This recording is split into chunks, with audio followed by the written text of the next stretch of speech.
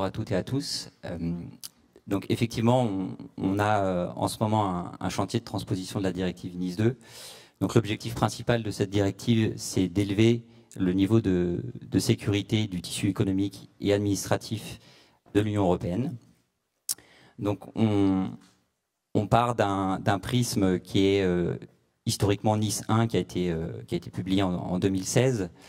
NIS 2 arrive comme une réponse à l'évolution de la menace qui touche désormais les collectivités, les petites et les moyennes entreprises, les établissements publics et qui continue également de cibler les grandes entreprises.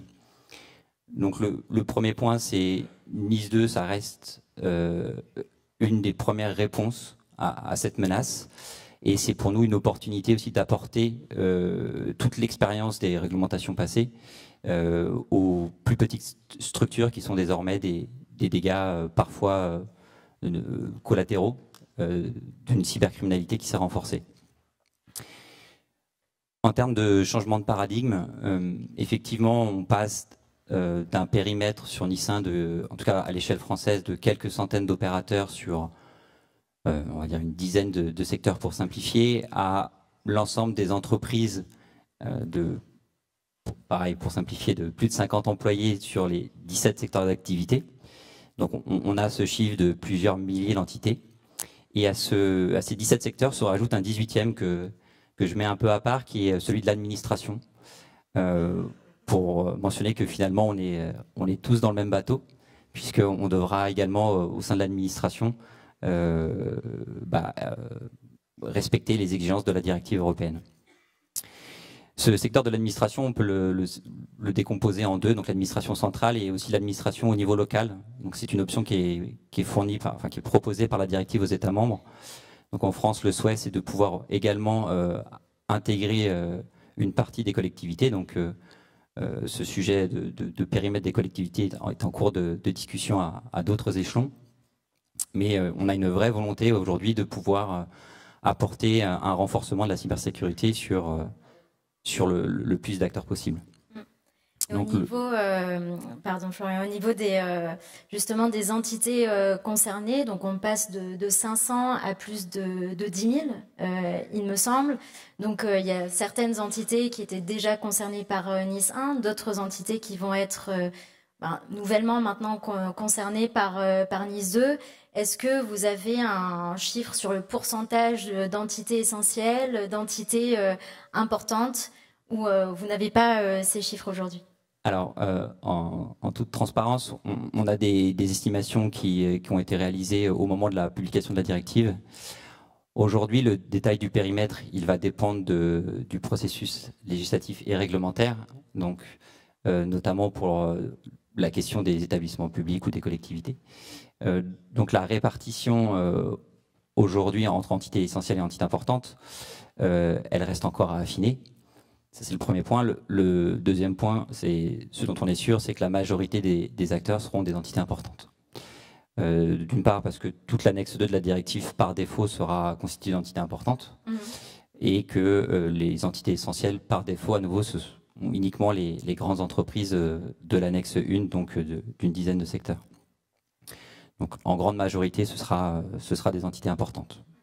Donc, entité importante que Didier et Frédéric représentent aujourd'hui avec la Banque Postale et Clariane, donc dans le secteur de la finance bancaire et secteur de la santé. Donc vous avez été impacté par NIS 1 pour le coup. Vous serez aussi impacté par NIS 2. Malgré tout, le changement de paradigme s'opère aussi pour vous, parce que la directive NIS 2 sera tout de même plus contraignante, avec de nouvelles exigences. Donc peut-être je vais commencer par Frédéric, allez. Donc Frédéric, déjà, quelles sont les mesures qui ont été prises sous NIS 1 et comment vous appréhendez NIS 2, quel différentiel vous voyez et quelle approche vous avez de la mise en conformité NIS 2 chez la Banque Postale?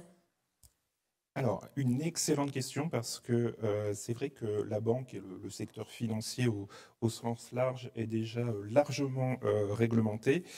C'est vrai que Nice 2 vient s'insérer dans une niche réglementaire qui est un petit peu particulière, puisqu'on a aussi beaucoup d'actualités autour du fameux règlement DORA, dont vous avez peut-être entendu parler. Et là, on a une forme de millefeuille réglementaire qui fait que, en théorie, alors en vertu de ce que nos amis juristes appellent la lex specialis, la loi spécialisée se substitue à la loi générale, mais pas sur tout le périmètre. Donc, de notre côté, au niveau du secteur banque-finance, on va avoir à ajouter finalement le gap entre Nice 2 et la loi spécialisée DORA pour se mettre en conformité avec évidemment des timings différents, des régulateurs différents et des exigences différentes. Donc je ne vous cache pas que ça nous prépare des sessions un petit peu compliquées en termes d'analyse d'impact dans tout notre secteur. Est-ce que vous diriez que c'est une décision qui se prend justement au plus haut niveau au sein de la Banque Postale pour se dire, bon, étant donné que Dora est l'ex-spécialiste, on va peut-être plus se diriger vers Dora, ou alors vous avez plutôt un point de vue opérationnel, comment ça se passe en interne? Alors effectivement, hein, ce sont des questions qui deviennent quelque part assez stratégiques, puisque finalement, comme dans toutes ces réglementations qui viennent nous impacter, on essaye d'en faire un levier de transformation et d'amélioration. C'est vrai qu'en plus de ça, alors la Banque Postale est soumise à tout un tas d'autres réglementations sur lesquelles je ne peux pas forcément m'étendre plus que ça. Mais c'est vrai que l'idée, c'est de se servir de tout ça comme un levier de transformation et de montée en maturité globale. C'est-à-dire qu'au final, on essaye de faire un petit peu plus que simplement le périmètre minimum que nous impose la réglementation pour faire monter le niveau de maturité global de la banque. Très bien. Du côté de la santé, qui est un secteur qui est particulièrement ciblé par les cyberattaques, est-ce que justement cette directive a plutôt été vue comme une opportunité pour élever son niveau de maturité, ou alors comme une contrainte? Comment les choses ont été gérées au sein de Clariane? Non, comme le disait Frédéric, en fait c'est plus une opportunité. Surtout pour un groupe Clariane qui a une couverture européenne. On est présent sur 6 pays. Nous avons engagé depuis 2 ans, mon arrivée dans le groupe, une transformation de la direction du système d'information groupe, avec une volonté de prendre en charge au niveau groupe l'ensemble de l'infrastructure et de la cybersécurité. Et donc, quand je suis arrivé, il y avait autant de réglementations et de particularités que de pays Clariane. L'intérêt de Nice 2, c'est qu'on va parler le même langage. Et donc, moi, je le vois plutôt comme une opportunité, effectivement. D'accord, très bien. Et est-ce que au sein de Clariane, vous voulez mettre un régime de mise en conformité plutôt strict, plutôt raisonné? Quelle est votre approche? Ce sera un régime de mise en conformité raisonné aux capacités budgétaires que pourra me donner la direction générale. Le nerf de la guerre. Voilà, et donc, effectivement... bien sûr, on rejoindra la conformité parce que Clariane est concernée par Nice 2, mais avec effectivement une vigilance en fait sur la bonne dépense. Très bien. Je me tourne vers vous, Jean-Noël. Donc, vous, d'ailleurs, sur votre vidéo hier à la session plénière, vous avez mentionné la directive Nice 2 comme étant un grand enjeu sur lequel vous accompagnez les acteurs de l'écosystème d'Exatrust. Comment vous voyez le rapport de force entre le seuil d'exigence de sécurité des acteurs européens qui font partie d'Exatrust et le seuil d'exigence en sécurité de Nice 2? Est-ce que, selon vous, ça présente réellement une opportunité? Pour moi, ça représente une opportunité qui nous concerne tous et qu'il ne faut pas manquer. En fait, ce n'est pas une opportunité, pour moi, c'est un rendez-vous avec l'histoire. C'est-à-dire qu'on a toujours dit que dans le cloud, on avait loupé le coche, quelque part. On a loupé l'industrie du numérique. Moi, je côtoie des gens aujourd'hui, des industriels qui considèrent que le numérique n'est pas une industrie. Le numérique irrigue toutes les industries et le numérique est une industrie. C'est ce que nous ont montré les GAFAM et les grands leaders américains, notamment, qui sont leaders sur ces sujets-là. Donc on a, pour le moment, sur ce volet-là, on n'est pas en avance. Maintenant, il y a des domaines, dans le domaine de la cybersécurité, on parle du contrôle du numérique dans nos vies. On est en train de se projeter vers le futur, on parle d'intelligence artificielle, dans lequel la cybersécurité va jouer un rôle de modérateur et de contrôle. Donc moi, je pense qu'il ne faut pas le rendez-vous de l'histoire, qui est le suivant. Comment on met l'industrie européenne au service des utilisateurs qui ont un besoin de mise en conformité, non pas simplement pour mettre en place une réglementation, mais parce qu'on est en retard par rapport à l'enjeu. Là, ce matin, depuis ce matin, moi j'ai un enfant au collège, il est resté à la maison jusqu'à 11 h parce que les ENT brandissaient des messages, les environnements numériques de travail brandissaient des messages islamistes, etc., etc. Donc, je veux dire, aujourd'hui, il y a une réalité quotidienne, il y a un niveau de résilience, un niveau général de sécurité à monter. La directive NIS 2, c'est un standard, finalement, qu'on va essayer, comme ça a été dit à l'instant, de parler le même langage, et je pense que ça, c'est tout à fait juste. Et nous, ce qu'on essaye de faire dans l'industrie, particulièrement lorsque nous sommes des petites et moyennes entreprises, donc des start-up, des PME, des pré-ETI, des ETI, c'est qu'on va s'associer, donc dans le domaine de la cybersécurité, dans tous les domaines de la cybersécurité, on essaye de s'associer avec des acteurs du cloud qui vont motoriser nos solutions dans les environnements des clients. On va s'associer avec des intégrateurs, avec des clients, pour essayer de monter des offres qui vont accompagner nos utilisateurs dans les secteurs réglementés au fil du temps. Parce que cette directive NIS 2, c'est un standard qui va rester longtemps. Voilà, donc c'est ça l'idée qui nous, en tous les cas, qui nous motive, se mettre ensemble pour simplifier les choses. Donc on a fait un catalogue, on voulait être présent dès le FIC, donc dès le début d'année. On a encore 6 mois pour bien se préparer. Et je pense qu'on a entendu plutôt des grandes organisations, mais la difficulté, entendons-nous bien, ce n'est pas simplement les grandes organisations, parce que tout le monde est interconnecté, tout le monde est interdépendant dans cette affaire, et c'est un rendez-vous général. Et donc, il va falloir qu'on travaille ensemble, industriels, utilisateurs, avec l'aide, en dialogue avec l'État, pour apporter des réponses concrètes qui répondent à ces besoins. C'est une co-construction, pour moi, la directive NIS 2, d'un modèle résilient européen dans le numérique. Cette notion d'écosystème est très importante et justement, ça a été beaucoup promu dans les messages qui ont été véhiculés au FIC, ce besoin de partenariat public-privé, mais aussi de renforcer l'écosystème, que ce soit entre grands acteurs du numérique, plus petits acteurs.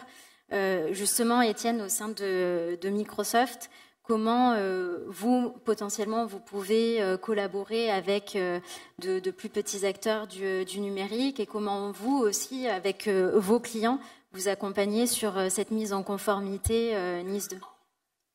Alors je confirme, Jean-Noël, le numérique est une industrie, donc il faut traiter en tant que tel. Et deux volets à la réponse, deux volets de réponse. Premier, c'est Microsoft ou tout fournisseur de cloud en tant que fournisseur de services. En tant que fournisseur de services, on a un certain nombre d'obligations et bien entendu, on doit et on veut s'appliquer ces réglementations, d'être conforme avec les espaces dans lesquels on fournit tout simplement ces services-là. Donc typiquement pour l'Europe, ça va être les EU Boundaries, les UDB, ça va être tous les sujets autour de GRGPD, de NIS 2 et de DORA. Notre objectif, bien entendu, c'est d'être conforme.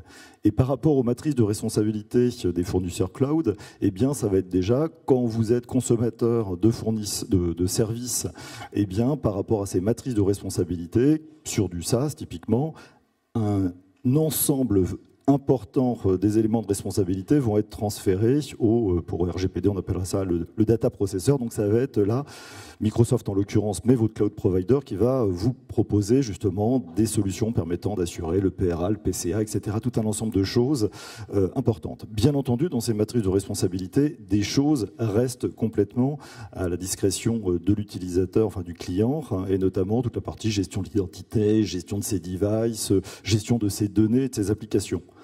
De l'autre côté, quand l'utilisateur, quand le client est on-premise, là, important, il va falloir qu'il investisse tous les secteurs, les 11 principes et les 4 objectifs de NIS 2, et là, le travail est beaucoup plus important. Donc, premier volet de réponse par rapport à le rôle de cloud provider, ça va être déjà d'accélérer, de simplifier la mise en conformité sur les assets, sur les composants qui ne sont pas aujourd'hui assurés, soit par le fournisseur de services sur du SaaS, sur du PaaS, sur du IaaS, et bien là va être proposé des solutions permettant justement de durcir l'identité, de durcir la gestion du périphérique, d'identifier vos données sensibles, d'avoir donc la gestion et l'instrumentalisation qui vont vous permettre d'être conformes. Rien de nouveau en termes de produits. Les produits globalement existent déjà, sont souvent déjà à la main et possédés par les clients, mais mal orchestrés, mal intégrés, mal mis en œuvre. Et donc aujourd'hui, on est toujours sur une offre de sécurité souvent très très en silo et qui nuit justement à cette approche globale qui est, et là j'appuie complètement les propos de Jean-Noël, une approche globale, complète et qui se veut justement holistique, globale sur NIS 2, qui est vraiment la principale voie pour moi d'intérêt de NIS 2, c'est justement de souvent structurer des choses qui sont très très non priorisées ou très déstructurées. Ouais, vous le dites très bien. Enfin, il y a déjà des solutions existantes qui sont bien en place. La question derrière, c'est comment optimiser justement là-dessus pour pouvoir monter en puissance sur des processus de mise en conformité. Au final, est-ce que c'est l'outillage qu'on doit promouvoir, ou alors est-ce que ce sont davantage les politiques? Bon, à mes yeux, c'est probablement les deux qu'on doit mener de concert. Frédéric, justement, chez la Banque Postale, j'imagine qu'il y a déjà beaucoup de choses qui sont en place. Comment vous voyez les choses justement pour dessiner une feuille de route de mise en conformité? Voilà une bonne question qu'on se continue à se poser et qu'on se pose finalement à chaque réglementation. Donc je dirais d'une manière un petit peu générique, l'idée c'est évidemment de commencer par faire une gap analysis par rapport à notre état actuel. C'est vrai que l'avantage qu'on a dans le secteur banque-finance étant extrêmement régulé, on a quand même un niveau de maturité cyber qui globalement est quand même assez bon. Et à partir de là, l'idée, c'est évidemment de dessiner avant toute chose un processus et de l'envisager dans sa globalité, puisque l'idée, évidemment, après on peut parler d'outillage et de comment on va rendre ça opérationnel, mais l'idée est avant tout de voir comment cette nouvelle réglementation va pouvoir s'intégrer dans nos process existants, éventuellement adapter les process existants, et surtout, et ça je crois qu'on a tendance souvent à l'oublier, comment est-ce qu'on va maintenir cette conformité dans le temps. Et ça, pour moi, c'est l'un des éléments les plus structurants. On oublie généralement tout le volet de run, c'est-à-dire de maintien au quotidien de cette conformité, et c'est pour moi extrêmement structurant. Et si j'avais un conseil à donner, c'est penser au moins autant au run qu'au build. C'est un très bon point. Et justement, Florian, là-dessus, quel serait le point de vue de l'ANSSI sur comment justement optimiser sur l'existant? Est-ce qu'il y a certains processus qu'on a pu mettre en place, notamment qui répondent à certaines normes, notamment la norme ISO 27001. Il y a, je pense, beaucoup d'acteurs qui se demandent, mais étant donné que j'ai mis en place justement certaines exigences de la norme, est-ce que quelque part ça peut m'apporter une présomption de conformité sur différents sujets? Alors, peut-être avant de répondre à cette question, peut-être un petit point d'étape sur ce qui va arriver par rapport aux exigences de cybersécurité qui sont induites par la directive NIS 2. Donc c'est ce que j'appelle dans mon quotidien le nerf de la guerre. Ces exigences de cybersécurité, donc en se référant aux articles 20 et 21 de la directive, aujourd'hui on a mené un travail depuis de nombreux mois pour élaborer un référentiel d'exigence. Ce référentiel, on aura l'occasion, je pense, de le partager très prochainement.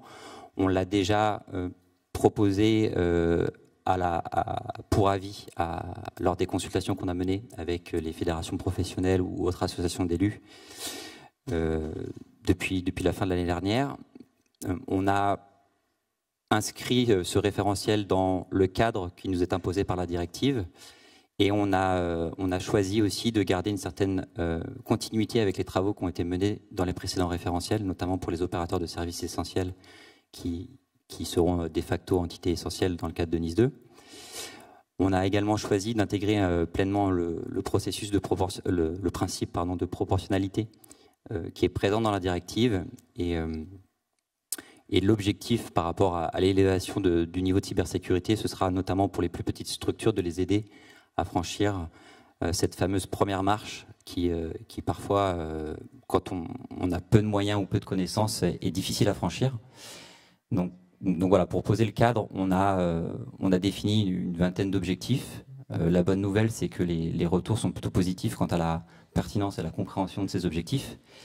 Et l'idée sous-jacente, c'est d'établir pour chaque objectif, de définir un chemin que nous, on considère comme étant un bon niveau de conformité.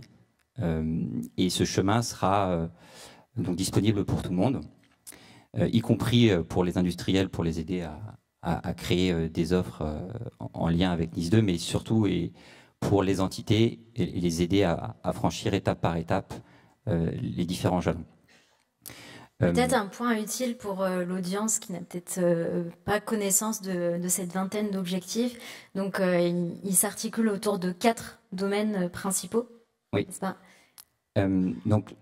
Comme ça a été dit, NIS 2 n'apporte pas de révolution en termes de mesures de cybersécurité qui sont attendues pour élever le niveau de cybersécurité. Donc on va avoir des notions de gouvernance, de la protection, de la défense et de la résilience.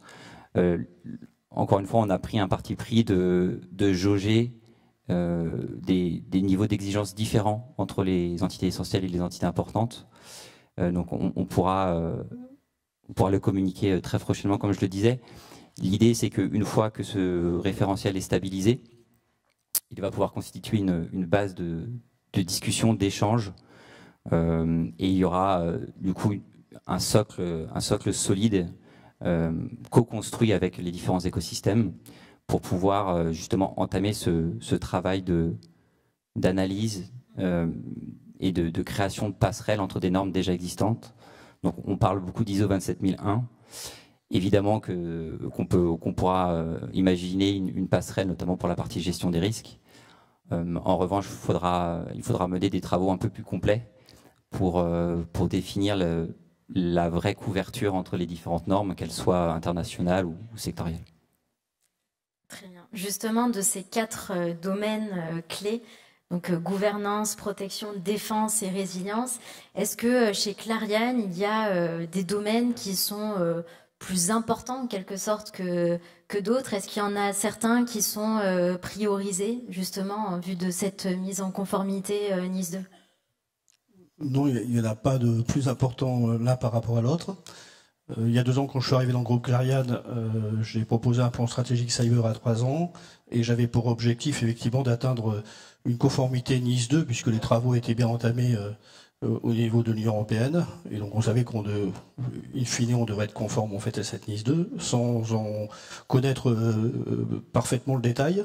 Pour autant, je dirais que c'est quelque part les fondamentaux qui sont demandés. Et donc, si on respecte ces fondamentaux, on n'a pas trop d'écart et on n'aura pas trop de surprises à la vingtaine d'objectifs qui sont fixés par la directive. Donc, les 4, effectivement, là, je vais répondre, il faut effectivement dresser les 4 domaines, on n'a pas le choix. Et effectivement, la feuille de route stratégique que j'ai proposée et qui est en cours d'implémentation au sein du groupe, elle porte effectivement sur ces 4 axes. Et je répète l'importance quand même de cette vision en fait européenne, parce que j'ai des pays plus ou moins bons élèves qui, s'appuyant en fait sur les régulateurs nationaux, disent bah c'est pas forcément demandé pour tel point chez nous. Là, clairement, on aura un langage commun et qui s'imposera à tous. Et donc, les pays moins régulés, ils sont plutôt en fait en Europe du Sud, vont devoir effectivement se conformer en fait à ce nouveau paradigme. Alors je dis moins régulé, mais pour autant très récemment en Espagne ils ont sorti un cadre de cybersécurité qui est pratiquement le petit frère que des cadres que peut sortir l'ANSSI. Et donc on voit même dans ces pays latins en fait plus au sud cette volonté de se mettre en conformité. Pour le métier Clariane, c'est une obligation avec le nombre d'attaques subies en fait dans le domaine de la santé. Et donc ça de ce fait, avec la proposition que j'ai faite à ma DG il y a maintenant 2 ans, j'ai eu un sponsor extrêmement fort en fait sur cet objectif. J'ai pas eu de souci. Justement, Jean-Noël, je me tourne vers vous parce que c'est bien des fois de se comparer aux autres pour voir comment on se situe, et de par vos fonctions, vous avez aussi une vision européenne. Justement, vous direz quel est notre niveau de maturité en vue de la transposition de cette directive en France comparée à d'autres pays. Justement, est-ce que les fondamentaux sont peut-être mieux acquis en France qu'ailleurs ? Alors la réglementation, on est très en avance. L'application de la réglementation, on n'est pas en avance. C'est pas parce qu'on n'est pas... C'est d'abord parce que les réglementations évoluent. Il faut se méfier quand même d'une chose sur les réglementations. C'est-à-dire que l'empilement des réglementations, enfin c'est même classique à dire, mais trop de réglementation tue la réglementation. Moi je me mets à la place d'un RSSI, je ne suis pas RSSI. J'ai un RSSI. Mon RSSI, il doit se conformer à toutes les réglementations parce que je suis éditeur de logiciels dans la cyber et que je fais du SaaS. Bon. Donc, je dois m'y conformer. Si les réglementations s'accumulent, au bout d'un moment, les RSSI ou les directeurs informatiques, ils vont dire « Attendez, moi, vous n'allez pas venir me sanctionner, je n'ai ni les moyens, ni la compréhension suffisante pour m'adapter trop rapidement au gap qui doit être franchi. » Donc il faut faire très attention parce qu'il y a un écart important entre les très grands groupes, particulièrement dans le secteur de la finance, qui est un secteur qui investit beaucoup dans la sécurité, qui est déjà très réglementé. Et si je prends l'exemple d'un hôpital où vous gérez tous les challenges aujourd'hui, tous les défis cyber concentrés dans une plateforme d'objets connectés, interconnectés avec un écosystème qui concerne l'ensemble du public, à la fois pour sa santé, mais aussi pour l'économie. Le modèle économique, c'est qu'on rembourse les actes de santé. Donc c'est un environnement très complexe dans lequel la marche à franchir est très élevée. Donc attention à l'empilement des réglementations, et moi je suggère de trouver un chemin, une sorte de règle d'hygiène version 2, qui soit en fait, qui permette d'atteindre effectivement la mise en conformité par rapport à un certain nombre de réglementations, un socle minimum, si je puis dire. Bon, ça c'est un premier point. Après, ce qui est intéressant, c'est que, en tous les cas, il y a beaucoup de travaux qui ont été faits. On est en contact, on a un écosystème qui est très riche. On est en contact avec l'ANSSI, on arrive à travailler ensemble. On a beaucoup d'échanges donc avec les fédérations hospitalières, dans les collectivités, les mairies, les territoires. On travaille avec énormément de PME, d'ETI. Souvent, le modèle économique de l'industrie émergente, en tous les cas, il est lié à l'équipement dans les ETI, qui sont les fournisseurs des grands groupes ou les sous-traitants des grands groupes. Donc, ce qui est intéressant, c'est qu'il y a un lien qui existe, il y a une relation qui existe. On couvre déjà un certain nombre de besoins. On va avoir effectivement ce langage commun, cette norme commune à atteindre. Donc je pense que on peut simplifier ce parcours. On parlait de chemin tout à l'heure, on peut simplifier le chemin, on peut s'entraider. Je sais que les RSSI et les DSI fonctionnent beaucoup par recommandation, par échange, en ayant des retours d'expérience entre eux pour dire ce qui marche et ce qui marche moins bien. Et ensuite, je pense qu'il ne faut pas négliger l'adhérence à l'écosystème, parce qu'on va parler aussi de gestion de crise, de réponse à un incident, de gestion de crise, de réaction en cas d'attaque, de trouver des PCA, des PRA, des choses qui sont très concrètes et qui nécessitent de l'intervention de l'humain. Voilà. Donc je pense que ça rapproche de facto l'utilisateur des industriels que nous sommes. Voilà. Donc moi je crois qu'il faut construire ça sur un partenariat d'autant plus que vous l'avez dit très justement, il y a le build, mais il y a le run. On reviendra peut-être à une chose, c'est aussi ne pas oublier l'équation économique. Tout le monde va élever son niveau d'investissement dans la cybersécurité. On va quasiment doubler les budgets consacrés à la cyber au regard du budget informatique. La part de budget consacré à la cyber dans les budgets informatiques pour beaucoup de gens. Donc ça va nécessiter de bien choisir ses fournisseurs pour maîtriser l'évolution économique, le coût de la cyber dans l'équation du numérique, dans le budget global d'une organisation.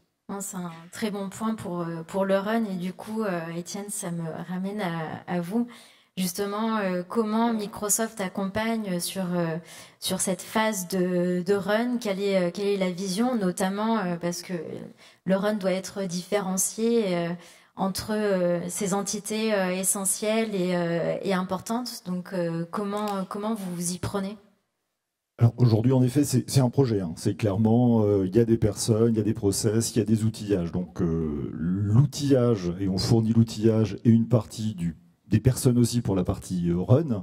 Donc plus on aura l'externalisation d'un certain nombre d'opérations vers un opérateur cyber résilient, moins, on l'espère en tout cas, la charge de projet de run notamment sera à la charge du client, et qui notamment sur un certain nombre d'équipements, c'est pas obligatoirement son cœur de métier que de faire des plans de continuité, de faire des plans de reprise, de faire de la reprise sur incident, de la remontée d'incidents, etc.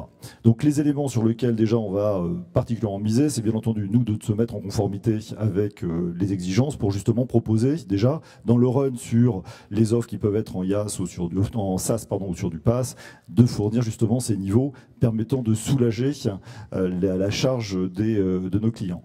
Deuxième élément, bien entendu, ça va être sur cette partie audit État. Alors il y a en effet un élément qui est important, c'est l'empilement de normes, etc., qui rendent compliqué la lecture de ces différents éléments. Je dirais que les clients qui ont déjà justement mis en place des démarches 27001, des clients qui se sont mis déjà dans un état d'esprit de type Zero Trust, de type SASI, qui ont déjà cette bonne compréhension, cette bonne appréhension de la protection, de la détection, de la remédiation, ils ont fait 80% du travail. Donc déjà, sur la partie purement intellectuelle, de réflexion, de mise en place, déjà ils ont fait beaucoup. Maintenant, il va falloir faire en effet l'audit, l'évaluation. Donc là, on investit aussi beaucoup, nous en direct, mais aussi avec nos partenaires sur tout un ensemble d'outils permettant de faire, alors on aime bien les scoring, vous savez, d'essayer d'avoir une note de bons ou de moins bons élèves, et surtout d'identifier les chantiers prioritaires justement permettant d'atteindre, parce que bon, ça va être, pas se leurrer, 10-2, ça va être une journée, ça va être un parcours et des objectifs à atteindre.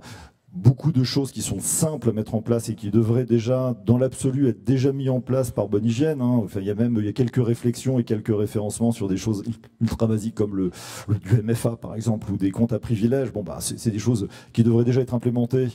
Pas obligatoirement le cas. Et ensuite d'avoir par rapport à ces outils de ce qu'on appelle les compliance managers, des outils qui vont permettre de définir par rapport à NIS2 où vous en êtes de vos réflexions sur les outils qui sont de notre maîtrise. Donc quand les outils, on les fournit, on fournit le service, on est capable de vous dire oui, ça c'est bon, ça c'est checké, ça c'est ok, ça c'est pas bon. Et ensuite de donner et de prioriser et d'aider le client à prioriser. Maintenant, bien entendu, sur les process et sur les personnes, là, il y a les investissements à faire côté client pour justement se faire accompagner pour mettre en place ces différents outils. L'objectif va être aujourd'hui, on travaille beaucoup sur des guides, des assistants permettant d'implémenter les outils que vous avez déjà. Vous avez déjà un EDR, vous avez déjà un outil anti-spam, anti-phishing, vous avez des outils de SIEM, vous avez un SOC, etc. Comment les mettre en œuvre et comment les outiller pour pouvoir vous rendre compatible avec NIS2, ou en tout cas d'être conforme avec la lecture que l'on a aujourd'hui, puisqu'elle n'est pas encore totalement officielle.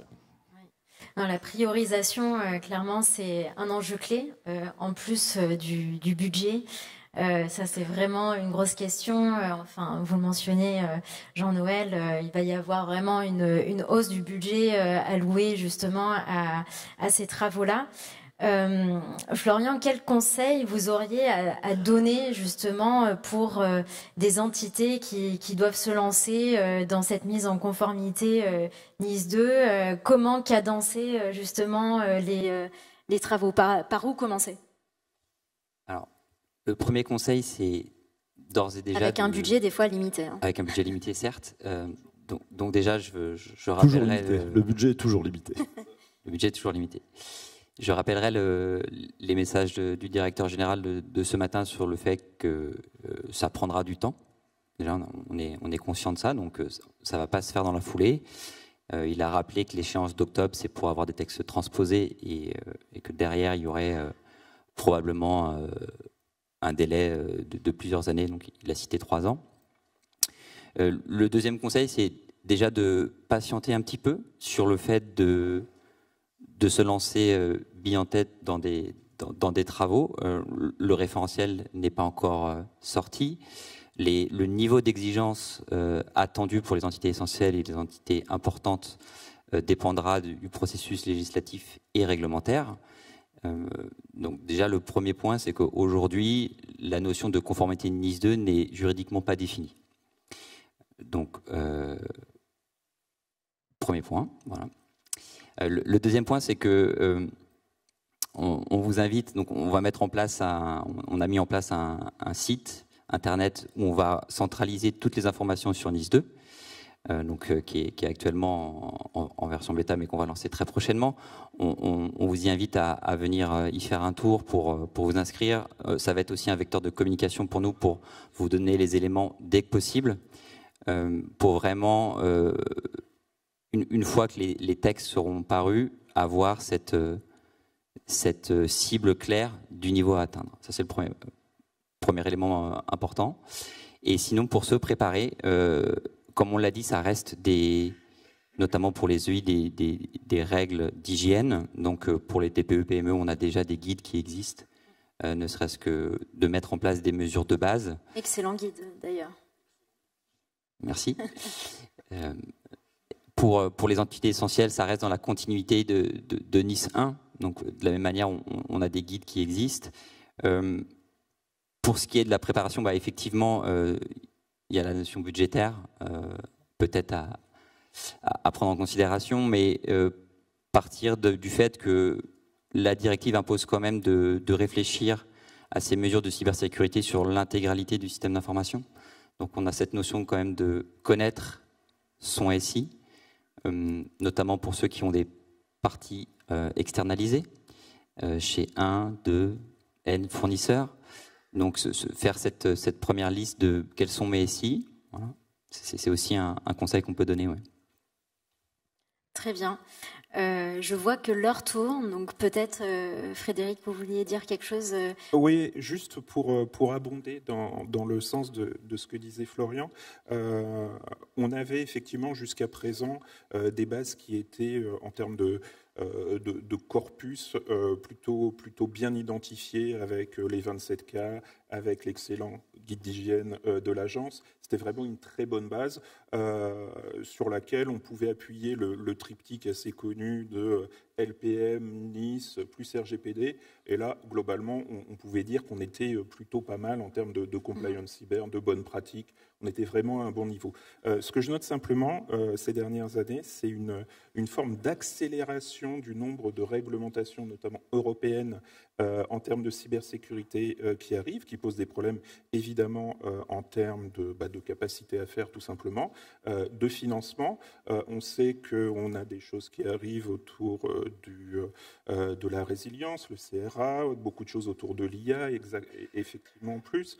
Quasiment chaque année va nous apporter son lot de nouveautés en termes de compliance cyber.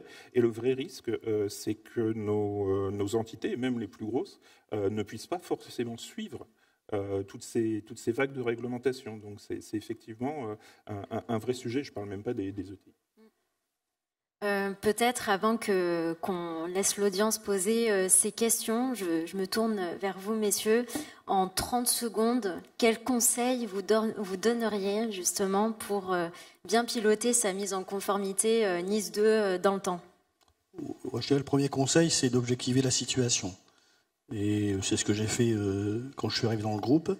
Et donc, c'est de faire des audits pentest de tous les pays. Puisqu'on était plutôt sur l'auto-évaluation, sur des belles grilles. Mais l'auto-évaluation, effectivement, le Picasso, il était plutôt vert en auto-évaluation des DSI de mes différents pays. Et quand j'ai objectivé la situation, il est devenu un peu orange et rouge. Donc il faut savoir d'où on part. Et donc ça, c'est essentiel. Et à partir de cet état des lieux initial, c'est de bâtir effectivement sur les 4 axes qui ont été cités, des feuilles de route acceptables, parce qu'effectivement, la vraie difficulté, une des difficultés, ça ne sera pas uniquement d'atteindre des états de conformité, c'est de les maintenir dans le temps. Et donc la problématique de run est essentielle. Et donc là, il y a effectivement, il faut savoir effectivement mesurer et identifier les endroits où on doit avoir des gains rapides par des actions avec les moyens qu'on a. On ne va pas démultiplier en fait la RH comme ça. Et donc il faut faire les bons choix. Et pour faire ces bons choix, il faut avoir une idée la plus juste possible, externe, de l'état de sécurité ou d'insécurité dans lequel on se trouve. Moi, je donnerais comme conseil, d'abord, si vous êtes à 5% d'investissement de votre budget informatique consacré à la cyber, vous n'êtes pas dans le bon trend, dans le bon courant. Il faut augmenter votre budget au-delà de 10%. C'est des guidance qui ont été donnés. Sachez que dans d'autres pays, aux États-Unis ou ailleurs, les budgets consacrés à la cyber sont encore plus importants. Après, ça dépend des secteurs dans lesquels on travaille, mais voilà, 10% c'est la norme. Après, effectivement, savoir d'où on part et suivre l'évolution, c'est-à-dire on ne va pas faire un audit une fois de temps en temps ou à chaque fois faire des audits externes, ne pas hésiter à s'équiper de systèmes ou de sociétés qui font vous accompagner dans l'audit dans un processus de gouvernance. Ensuite, pour rester sur le budget qui est quand même le nerf de la guerre, dans le privé, attention, hein, en tous les cas, on ne peut investir que ce qu'on a. Donc, pensez à une chose, c'est que quand vous allez partir sur des solutions dans le SaaS, pensez au run parce que ça peut vite coûter cher. Hein. Vous allez dans un clouder, je ne vais pas en citer, qui vont vous offrir le soft et petit à petit, vous allez payer à la consommation. Et plus vous allez mettre de choses chez le même clouder et vous allez avoir du soft gratuit, vous payerez ailleurs. Donc il faut l'avoir à l'esprit. Je conseillerais aussi de dissocier la cybersécurité et le contrôle de l'endroit où on run ou à qui on confie le run. Parce que si on veut avoir un contrôle efficace, ce n'est pas celui qui fait le run qui va vous le donner. Lui, il va vous donner un contrôle qui correspond à son avantage. Donc il faut avoir ça aussi à l'esprit. Et ensuite, je suggérerais d'essayer d'encourager les fournisseurs que nous sommes à rassembler nos offres, à les rendre plus compréhensibles et à bien investir à nous demander, comme nous essayons de le faire, de sensibiliser, de former en permanence. Notamment, j'avais assisté récemment à une conférence extrêmement intéressante où c'est un directeur informatique d'un groupe de transport qui était venu expliquer la cyberattaque arrive, qu'est-ce qui se passe? Et il y avait un facteur, juste pour finir, qui était très important là-dedans, c'était le facteur humain. Ayez une bonne relation avec la gouvernance, il faut qu'il y ait un sponsor au niveau du COMEX, c'est un sujet, la norme, elle a ça d'intéressant qu'il y a un volet répressif. Le volet répressif, celui qui est responsable, c'est le chef d'entreprise, c'est le patron. Donc il faut responsabiliser au plus haut niveau de l'organisation et il faut penser aux équipes, parce que quand la crise survient, on a besoin d'avoir un SOC, on a besoin de repartir et de reconstruire. Donc il faut penser au pire aussi. Voilà. Et après, quand on pense au pire et qu'on prévoit le pire, on ne peut attendre que le meilleur. Étienne ? Et très bon pour le jalon, enfin pour le passage de jalon sur la partie personne, people, la partie ressources, puisqu'on parlait de contraintes budgétaires, il y a aussi la contrainte humaine. Aujourd'hui, c'est extrêmement tendu, le monde de la cyber en termes de ressources, de personnes. Eh bien, c'est aussi extrêmement, même à budget extensible. Eh bien, on a de toute façon des difficultés après à faire le build comme le run par tout simplement un problème de ressources de personnes. Donc là aussi, déléguer à les éléments qui ne sont pas votre cœur de métier, donc les éléments de SOC par exemple, la gestion des niveaux 1 sur les alertes, etc. Il y a des choses qui sont externalisables et notamment toute entreprise ne peut pas gérer un SOC 24/7. Le SOC qui fonctionne de 8 sur les heures ouvrées, ça marche pas. Les attaquants connaissent très très bien vos heures ouvrées. Et deuxième élément, là aussi, ça va être d'investir, c'est un peu la thématique sur de l'IA. L'IA aussi va permettre de simplifier, d'automatiser un certain nombre d'opérations pour soulager là aussi vos équipes techniques, pour pouvoir se concentrer sur justement les bonnes alarmes, les vraies alarmes. Bon, c'est le sujet du salon, donc c'était le petit clin d'œil en conclusion. Mais réellement, aujourd'hui, c'est un levier qui va permettre aux partenaires justement opérant au MSSP comme aux clients de passer là aussi, d'être capable à budget et surtout à ressources humaines contraintes, de passer sur un quantum, sur une étape différente en termes de cybersurveillance et de cybercontrôle. Très bien, moi, je vous remercie tous. On va peut-être passer à la phase de questions. Est-ce qu'il y a des personnes dans le public qui ont des questions à me poser? Ouais, je vois une main qui se lève ici devant. Je ne sais pas si quelqu'un peut amener un micro, peut-être. Sinon, on emmène nous-mêmes. Oui, on peut prêter un micro.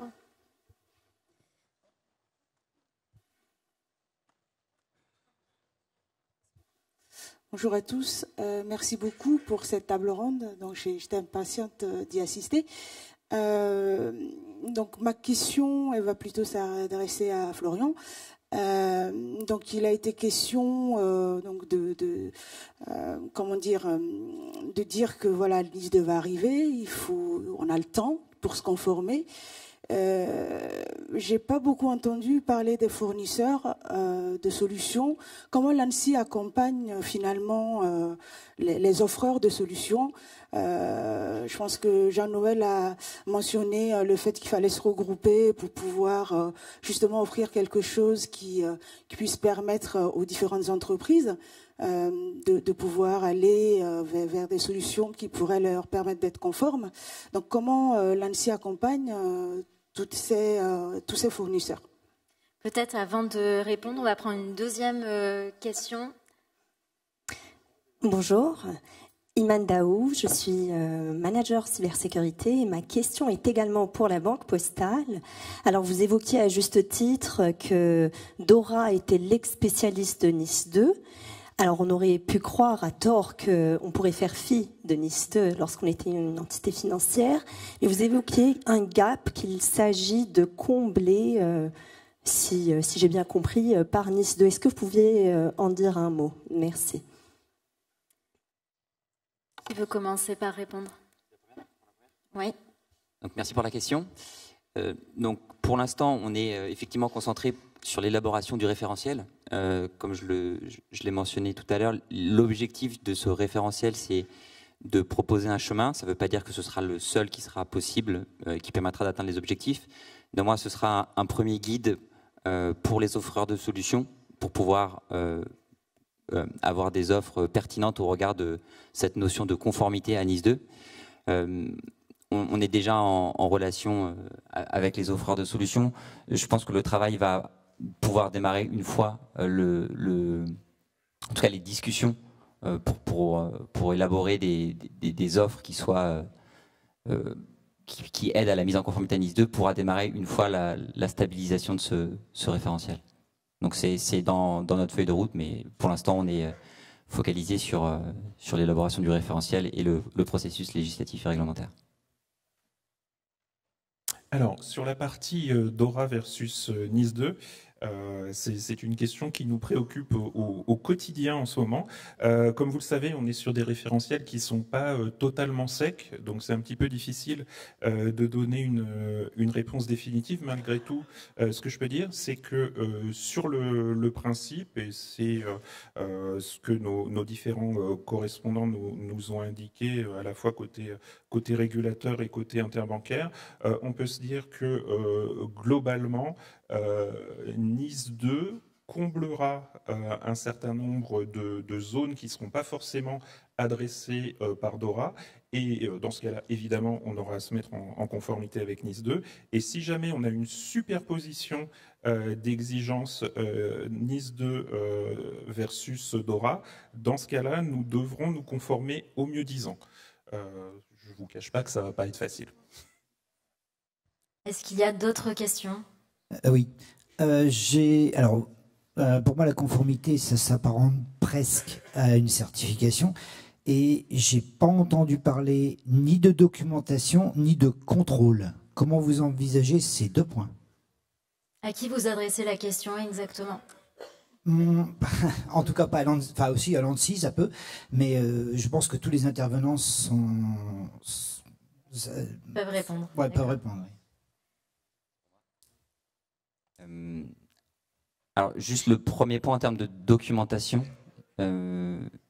Si vous pouvez juste repréciser un petit peu ce que vous attendez par documentation.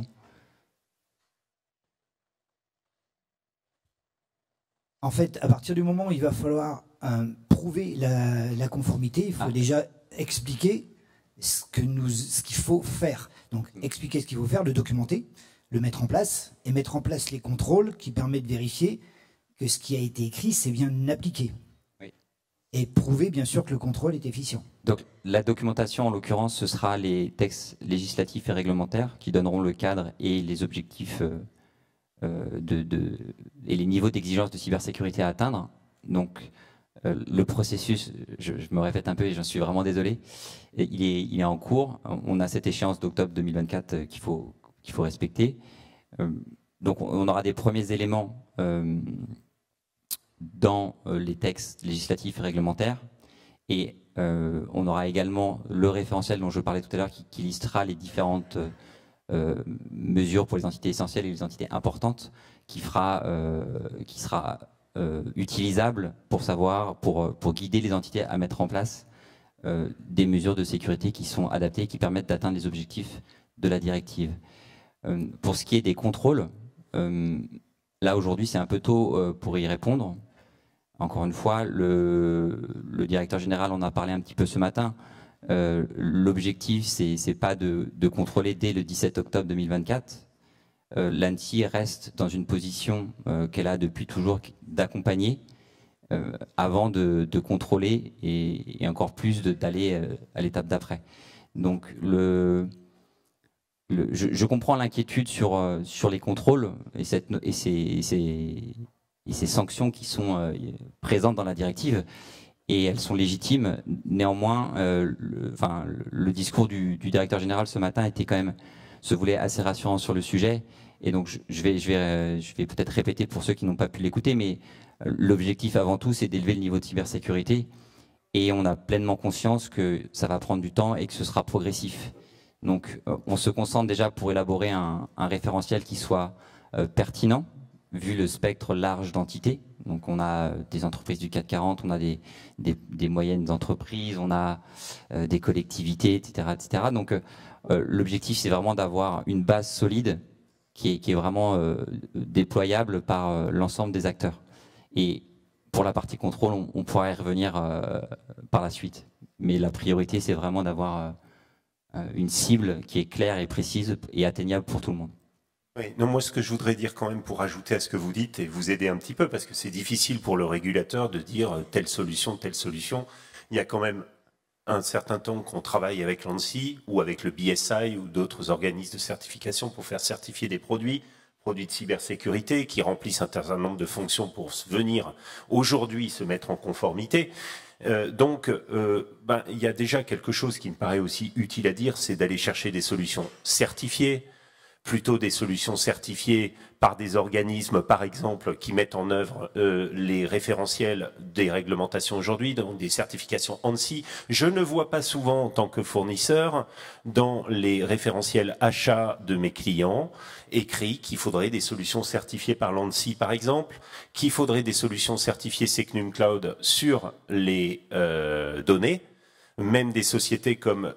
Surtout des sociétés comme Microsoft ou Google aujourd'hui dans le cloud sont en train de faire certifier Secnum Cloud, leur propre solution. C'est le cas aussi des éditeurs de solutions que nous représentons dans le SaaS. Donc, si vous utilisez ces produits-là, je pense que l'ANSSI verra d'un bon œil forcément, puisque c'est eux qui certifient. Je me dis qu'ils nous certifient pour qu'on soit les bons élèves de votre mise en conformité. Je vois que Didier veut réagir à ça. J'ai peut-être une chose à dire. Il n'y a pas de tromperie sur marchandise concernant la photo de Didier Louten. Oui, c'est les Finis 2. J'ai rajeuni et j'ai changé de tête. Donc faites attention. c'est un effet de bord en fait qui peut vous arriver. Voilà. Et vous vouliez du coup réagir à ce que disait... Oui, produits certifiés, oui. Mais bon, l'essentiel c'est d'abord effectivement d'avoir des produits et des solutions et des implémenter. À la dimension européenne et des particularités de chacun, certes les certifications de Nancy sont reconnues en tant que lues. Maintenant, effectivement, quand moi je suis patron d'une direction en fait cyber européenne, et donc effectivement c'est de l'acceptation avec mes partenaires l'ISO des autres pays. Donc j'en fais pas en fait un totem pour dire je prends des solutions certifiées, ça me permettra de faire NIS 2. Donc il faut une approche pragmatique parce qu'effectivement l'effort à produire il va s'inscrire de ce qu'on a pu comprendre du directeur général ce matin sur une période de 3 ans. 3 ans c'est court pour mettre en œuvre en fait cette directive. Et donc, oui, il y aura peut-être des produits certifiés, et très certainement, il n'y en aura pas aussi. Et donc, voilà, je voudrais mettre un peu de raison, un peu dans dans la manière d'aborder la couverture de cette NIS 2. Voilà, c'est ce que je voulais dire en tant que pratiquant et à l'action, en fait, en tant que CISO. Voilà. Je souhaite en tout cas remercier nos intervenants pour cette excellente table ronde. Merci de les applaudir.